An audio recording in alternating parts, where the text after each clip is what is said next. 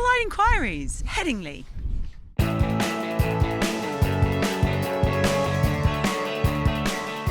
Nick asks, this is my only day of international cricket of the summer. I've looked forward to it for months. Given the lack of urgency to get players in the middle, why did I bother? Well, I hope you had a great day in the end. Yes. Because it was kind of fun, wasn't it? But I think you raise a good point. You know, someone should set up a supporters association. Everyone should join it. And then the supporters should have a voice within the game, because the real problem with the game is that it's run by people who've stopped paying to see it. And I include journalists. Yeah. Supporters have to have a much louder voice in the game. But unless you all join the supporters association, it's not going to change. You all got to join it. Yeah, okay. And you can find it on my Twitter link. Well, no, but really, that's good. Unless you're going to be the change you want to see, it's not going to happen, is it? They will continue to exploit you. They will milk you until you squeak. That was really frustrating today. You could hear it. You could hear it in the crowd. I think you thought that Joel only got the light meter out so that he could keep them out there at one point and get a cheer for once. Chris asks, is Root playing with his new toy too much, and will he break Jofra if he's not careful? Well, you can see what he does. Yeah. Yeah. Absolutely right. It's a real worry, isn't it? He's bowled something like nearly a third of the overs that England have bowled, I think, since the start of the Lord's Test. It's quite a lot. Okay, so he's just taken his first Test fifer, and the first thing he said was, I'm relieved. And then he said, look, I'm really pleased for the fifer, but I'm equally pleased to get off the pitch. Ben asks, Hello, Ben. how do we dismiss any Australian number 4? Well, clearly, Ben, you need to bowl them a rank full toss that completely squares them up. It's pretty impressive that Marnus has come in for Steve Smith and shown a hell of a lot of grit and determination. I mean, he got hit in the where Ben Stokes got hit last week. He got hit in the head second ball he came on at Lords. He looks a good, accomplished player. That's the way Test batting all used to be. It's But almost like number 4s should be good at batting. Yeah, you got used to Joe Denley.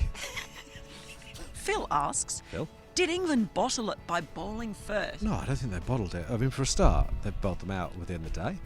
And secondly, you could say it was a really bold thing. Look, I think it was definitely they will bowl first conditions, but I think it's a bat first wicket, and that I think it will deteriorate. But maybe the game will be over before it deteriorates enough. But I don't for a second think that was a bottling decision. No. But I would have batted first. Yeah, I'm probably wrong. On another day, they could have rolled Australia playing like That's playing absolutely a missing right. like that. They could have rolled them. They could. It still feels like a little bit of a missed opportunity, doesn't it? Which is perhaps that's too harsh of us, though. Joe asks, could you please explain how Cummins was declared out by the third umpire? It would be hard for the third umpire not to give him out. Because there was a visible spike. Yeah, so he would basically be going back to the on-field umpire and making him look a bit stupid. And I could see how that happened, but I think Cummins probably wasn't out. Has Warner stolen Rory Burns' play and miss? Oh, that was a good question. Listen, it's part of the job of an opening batsman to put the play and miss behind them and get on with the next ball, isn't it? And he did it really well today. He was beaten at 1 over by Broad 4 times in a row, I think. And 3 of them, I would say, he was blameless. I think today was possibly quite an important day for David Warner in this series. Oh, he was always going to be all right, I reckon. Well, I think he was as well, but today was a day that I think for him to have survived that really difficult period and get to a half century, I think for him, he'll feel like he's back. Gareth asks, does every other bowler in England have to get injured before Woakes gets the new ball? Well, to be fair, he didn't give himself... No. he didn't have his best day, did he? You're right. I mean, I think he probably should have taken the new ball a couple of times at Lords. But, you can't really argue with Broad and Archer, can you? No, and it was quite funny because as soon as people started saying in Archer's over, yeah, surely should have given it to Woakes, he took a wicket.